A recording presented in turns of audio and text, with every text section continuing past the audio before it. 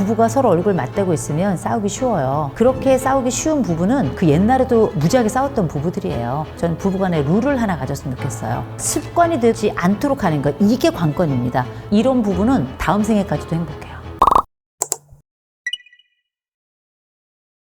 5060이 되면 부부가 양극화됩니다. 어떤 부부들은 사이가 너무너무 좋아지고요. 어떤 부분들은 최악으로 치달아요. 이게 참 놀라운 일인데 아이들이 떠나가면서 가족이 재편되거든요. 그 재편 과정에는 관계의 재편도 함께 들어가요. 사이가 안 좋았던 부분들은 정말 최악으로 갑니다. 죽이지 않는 게 다행이에요. 실제 우리가 5060 시기에 상혼, 이혼 비율이 현저하게 늘어나게 됩니다. 때로는 누가 뭐 수능 이혼이다, 아니면 취업 이혼이다, 이런 얘기들 막 하잖아요. 아이들이 수능 가면 이혼한다, 아이들이 취업하면 이혼한다 해서 실제 자녀들이 떠나가면서 가족이 재편되는 과정에 아주 간절하게 더 밀접해지거나 아니면 재편을 원치 않는 사람들이 완전히 이 결혼 관계를 해소해버리기 때문이거든요. 그러면서 다투기도 많이 다투지만 정서적으로는 서로 사망 신고를 해버립니다. 나는 더 이상 너를 참지 않겠어. 그러니 너는 너의 길을 가, 나는 나의 길을 갈 테니까 하고서 서로의 관계의 사망을 선언하는 거죠.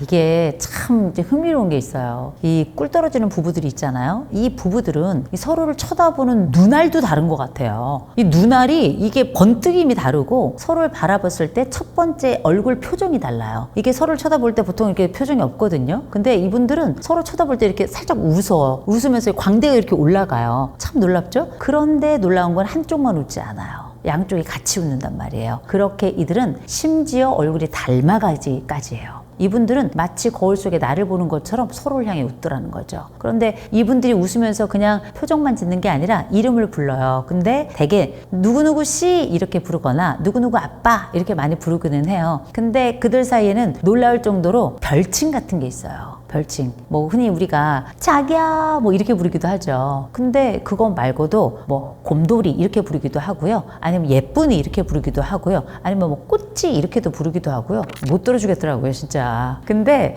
요런 호칭들이 아무것도 아닌 것 같지만 일종의 마음의 보석 같은 역할을 하거든요. 왜 아무것도 없는 밋밋한 옷에 브로치 하나 있으면 그 브로치가 이 옷을 다른 옷으로 만들어주는 것처럼 이 해묵은 부부들, 늙어가는 부부들, 더 이상 할 말도 많지 않은 것 같은 부부들, 그리고 서로에게 이미 낡은 그런 존재가 된 부부들 사이에 요 반짝이는 것 하나가 이 관계를 완전히 새로운 관계로 만들어주고, 그리고 나서 자기들끼리 부른 이 호칭을 다른 모임들에서도 이렇게 불러요. 그러면 그 모임에서는 이 사람들은 정말 꽃처럼 피어나더라는 거죠. 다른 모든 부부들이 부러워하고 다른 부부들도 이 부부들을 따라서 또 호칭들을 막 짓기도 하고요. 보통 상대방이 싫어하는 이름은 절대 아니고 상대방이 간지러워하는 그런 호칭들이 되게 많았고, 제가 진짜 웃기게 들었던 것 중에 하나가 너는 나의 꽃방귀였어요. 방귀도 꽃향기가 난대요. 저도 참 사이가 좋은 부부이긴 한데 제가 이렇게 듣다가 미친 거 아니야? 그런데 그 해석이 너무 좋았어요. 그게 대부분 부부들이 너무 싫어하는 일이에요. 우리가 왜 잠자리 누워가지고 이렇게 푹석방귀 한번 딱 끼면 그날 남편은 떨어져가서 허리를 다치는 날 아니겠습니까? 근데 그냥 남편의 그 방귀도 좋은 거예요. 정말 좋았을까요? 해석해 주는 거예요. 내가 당신을 사랑합니다에 대한 또 다른 돌림 노래예요. 그 노래를 다른 방식으로 부르는 겁니다. 그 별명으로, 때로는 그 눈동자의 반짝임으로, 그리고 올라 승천하는 그 광대로, 여러 가지 이름으로 우리는 사랑의 노래를 부르는 거거든요. 이 호칭은 관계를 규정합니다. 이 사람이 나에게 어떤 존재인가를 아주 상징적으로 가장 잘 보여주고 잘 들려주는 단어가 바로 이 호칭이기 때문에 이 연인들 간에 그 부르는 그 사랑의 이름처럼 오래된 그리고 해묵은 더 이상 보잘것없는 주름투성이의 이 부부들이 서로를 그렇게 귀엽게 부르는 그 호칭이 이들을 어쩌면 가장 단단하게 묶어주는 악교가 아닌가 싶어요. 제일 먼저 해줘야 될 게 있어요. 예쁘다 말해주셔야 돼요. 그리고 예뻐해 주셔야 돼요. 아내도 막 예쁘다 해주시고 남편도 멋지다, 당신 참 멋있어, 이런 얘기 해주셔야 돼요. 아우 근지러워서 어떻게 하냐 이렇게 생각이 들 수도 있지만 부부는 연출입니다. 우리가 어차피 다 사랑이라고 하는 게 때로는 연극적 요소를 다 가지고 있는 거거든요. 그래서 우리가 알고 있는 그 뜨거운 열정이나 아니 우리가 가지고 있는 호감을 넘어서서 헌신한다는 얘기인데, 지혜로운 헌신 중에 하나가 뭐냐면 말의 헌신이에요. 입으로 헌신하는 거죠. 혀의 헌신. 그래서 어떻게 예쁘다 말해줘야 돼요. 사랑스럽다 말해줘야 돼요. 그렇게 말해주는 사람을 싫어할 사람은 아무도 없어요. 물론 이제 흔히 이제 옛날에 우리가 경상도식으로 됐다 막 이렇게 하는데 됐다 막 이게 싫다는 얘기일까요? 아니에요. 내가 좋아. 그런데 이 좋다는 표현을 어떻게 해야 될지 모르겠어. 이런 그들만의 좋다라는 표현인 거거든요. 그래서 제일 먼저 해묵은 부부지만 앞으로 나는 내 배우자와 행복하게 살고 싶어 한다면 예쁘다 말해주시고 그리고 예뻐해 주셔야 돼요. 이게 첫 번째 원칙이고요. 한 가지 더 원칙을 말씀드리자면 이 사람이 싫다는 거는 가능하면 안 해야 돼요. 근데 이 사람이 싫다는 게 너무 많아. 그럴 때는 여보 내가 혹은 자기야 내가 다는 안 되는데 요거 한 가지는 먼저 노력할게. 요거 되게 중요해요. 딱 짚어서 내가 요거는 안 하려고 최선을 다할게. 이런 부분은 다음 생에까지도 행복해요. 내가 이 사람에 대해서 느끼는 기쁨을 계속 표현하는 거거든요. 이런 방정맞은 행동들을 기꺼이 좀 하셨으면 좋겠어요. 그리고 그걸 드러내줘야 된다는 거, 말로 해줘야 된다는 거 꼭 기억하셨으면 좋겠습니다. 우리가 신혼이라고 하는 건 엄밀히 말하자면 뭐 때문에 그러냐면 페닐에틸아민이라는 게 있습니다. 그게 PEA라고 줄여서 보통 많이 부르는데 이게 콩이란 뜻이죠.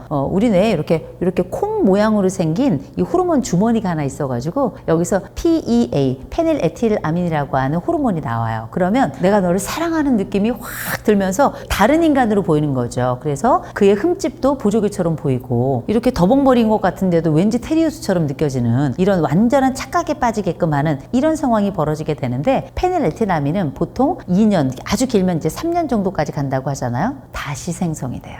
또다시 우리는 동일한 사람과 계속 사랑에 빠질 수 있는 겁니다. 그래서 오래 결혼 생활을 하다 보면 어떤 때는 이 인간이 지옥이에요. 근데 어떨 때는 보면 이 인간이 또 괜찮아져요. 사이 좋은 부부들은 보면 지옥이 짧고 천국이 많은 거예요. 그래서 괜찮은 순간들을 계속 찾아내기도 하고 괜찮은 순간들을 계속 만들어내기도 하고 그러면서 실제 이 부부들이 20년, 30년, 40년 사는데도 난 이 양반이 참 좋아요. 나는 이 여인이 정말 좋더라고요. 이 여인은 나에게 사랑하는 법을 알려주었어요. 이런 고백들이 막 나오는 거거든요. 그래서 사실 이 오래된 부부들, 해묵은 부부들이 이 신혼부부들처럼 정말 신선한 사랑에 빠지긴 어렵겠지만 그럼에도 불구하고 약간 장맛 같은 거예요. 된장이 똑같은 독에 있었는데 올해는 어떻게 더 맛있는 것 같아. 그게 바로 당신이야. 이렇게 이야기하는 게 어쩌면 신혼부부들이 가지고 있는 이 페닐에틸아민과 이 해묵은 부부들이 가지고 있는 페닐에틸아민이 같은 호르몬 같지만 사실은 묵은 호르몬이 가지고 있는 이 깊은 맛이 바로 그 정이란 단어 속에 들어가 있는 게 아닌가 싶어요. 그건 펌프를 한다고 나오는 것도 아니고 주사를 맞는다는 것도 되는 것도 아니고요. 그냥 이 사람과 함께 살아가면서 특정한 순간에 감격할 때 그때 나오거든요. 이 감격의 순간이 우리에게 새로운 장을 열어줘요. 또 우리가 어떤 타인에게 감격한다는 게 굉장히 어렵잖아요. 근데 어떤 사람들은 그런 순간을 더 잘 찾아내는 사람들이 있어요. 감격하는 능력은 지능이에요. 감격하는 건 그냥 단순한 분석을 넘어서서 감동하는 능력까지 포괄적으로 가지면서 타인을 내 안으로 훅 받아들이는 수용 능력이거든요. 그래서 이 감격하는 능력을 가지고 있는 사람들은 되게 사랑에 더 자주 빠지고 그 사람에 대한 사랑이 더 오래 가고 심지어 해묵은 사랑 속에서도 감격의 요소들을 계속 찾아내요. 근데 이런 감격은 누적 항목이란 말이에요. 혼수 상태라고 느껴질 정도로 깊은 사랑을 느낀다고 말하는 분들은 보면 소소한 것에서 끊임없이 감사하고 감격하고 감동하더라 라고 하는 거죠. 아주 간단해요. 이혼해 이 말 나오는 순간이 이혼하고 싶은 순간이에요. 한쪽에서 이혼해 라는 말을 딱 하는 순간 말하는 사람도 자기가 말하면서 자기 귀로 듣는 거고요. 그 말을 듣는 사람도 귀로 들으면서 머릿속에 다시 전달될 때 한 번 더 곱씹게 돼요. 그리고 최소 우리는 각각 2번 이상 이혼에 대해서 말하거나 생각하게 되는 거예요. 말이 씨가 된다 이런 말을 하잖아요. 이혼해라고 하는 사람들은 일단 이 말이 터지는 순간 경계가 달라져요. 우리가 결혼을 할 때 이혼을 안 한다고 생각하죠. 이혼해란 말이 딱 나오는 순간 이혼이 가능한 영역으로 들어와 버려요. 그러면 그때부터 얘는 뼈가 서고 살이 붙고 혈관이 생기면서 살아 움직이는 존재가 돼요. 그러면서 언제든 사이가 안 좋을 때는 얘를 다시 호출해서 이게 아주 구체화되기 시작합니다. 이혼하면 재산 분할 어떻게 될까? 위자료는 어떻게 될까? 협의 이혼인가? 재판 이혼인가? 그리고 나서 이혼하면 난 어디에 살지? 이런 아주 상상할 필요가 없는 상황 속으로 또 하나의 그림의 방이 만들어지게 되는 거거든요. 이혼에는 다음 생에까지도 하지 마셔야 돼요. 이혼할 사람들이 이혼하겠죠. 그러나 너무 속상한 마음에 이혼해란 말이 나올 것 같으면 혀를 무셔야 돼요. 이렇게 이렇게 스스로 입을 막아야 돼요. 그냥 주먹을 입에 집어 넣어야 되는 겁니다. 스스로에게. 그래서 가능하다면 머릿속에 그 생각이 살짝 스쳐 지나간다 하더라도 입으로 발설해서는 안 돼요. 위험합니다. 노후에 살수록 불행해지는 부부들도 있어요. 첫째, 폭력. 힘이 빠져도 폭력을 써요. 진짜 아주 징글징글한 사람들이 있습니다. 아주 노예도 그런 노예를 갖진 않을 겁니다. 그의 기분에 따라서 배우자를 폭행하고 통제하고 이 사람을 마치 사람 아닌 것처럼 이렇게 평생을 대했던 사람들이 있어요. 이런 사람들은 무조건 이혼해야 돼요. 그런데 이런 분들이 또 의외로 이혼을 못해요. 학습된 무기력 때문입니다. 폭력에 길들여졌던 사람들은 사실상 도망갈 수가 없어요. 왜냐? 도망가면 또 붙들려 오고 도망가면 또 붙들려 오면서 더 이상 나는 도망가봐야 소용이 없다라는 생각을 하게 되기 때문에 그런 세월이 20년, 30년, 40년, 50년 된다고 생각해 보세요. 그냥 이 사람에게 붙잡혀 있는 이 고통이지만 나는 나머지 시간은 자유롭다고 생각해요. 이런 비극이 어디 있습니까? 그러나 이분들은 이혼을 해야 되는 분들이에요. 두 번째로는 평생 중독에 빠졌던 분들, 알코올 중독, 도박 중독, 어떤 중독이든지 간에 중독에 빠져있던 사람들은 자기도 망가뜨리고 주변 사람들도 망가뜨려요. 그 주변 사람들이 놀랍게 이 사람을 돌보느라고 또 다른 중독, 관계 중독 같은 거를 겪게 되는데 이걸 동반의존이라고 불러요. 이런 동반의존 속에 같이 살다 보면 둘 다 망가지는 겁니다. 이 모든 인생들이 이 사람을 돌보느라고 자기는 완전히 만신창이가 돼요. 나머지 다른 삶을 산다는 건 상상할 수도 없는 겁니다. 그런데 내가 이 사람을 돌보는 그 방식이 이 사람을 더 심각한 구렁텅이에 빠지게끔 만드는 조력자의 역할을 일부 또 하게 되는 거거든요. 그럴 땐 어떻게? 이 사람들은 떨어져 있어요. 그래서 저는 상담할 때 심각한 알코올 중독에 있는 분들 중에 끊임없이 평생 옆에서 이 사람을 돌보느라고 그러나 본인이 이런 돌봄 중독 속에 있는지 모르는 분들이 계시면 상담을 통해 가지고 저는 이분들을 분리시켜요. 꼭 이혼이 아니더라도 따로 거주하게 하고 한동안 못 만나게 합니다. 그러면 무슨 일이 벌어지는가? 이분이 자기 스스로 일어나요. 매우 심각한 수준에 있는 분들은 그렇지 못하지만 중간 정도 수준에 있는 알코올릭들 같은 경우는 다시 일어나서 일상을 또 살아가요. 누울 자리 보고 다리를 뻗는 거죠. 이런 경우라면 저는 반드시 분리될 필요가 있다라고 말씀을 드려요. 그리고 많은 분들이 난 살면서 행복하지 않았어. 이런 분들이 계시거든요. 네, 이런 말씀을 전 드려요. 당신의 행복이 뭐냐? 다른 사람들이 하는 것처럼 막 선상에서 파티를 하는 것처럼 이렇게 해야지 행복하는 건가? 사람마다 행복의 기준이 다 다릅니다. 저는 별일 없으면 행복하다고 생각해요. 안 좋은 일이 생기면 그게 힘든 거지. 아프지도 않아. 그렇다고 뭐 굶지도 않아.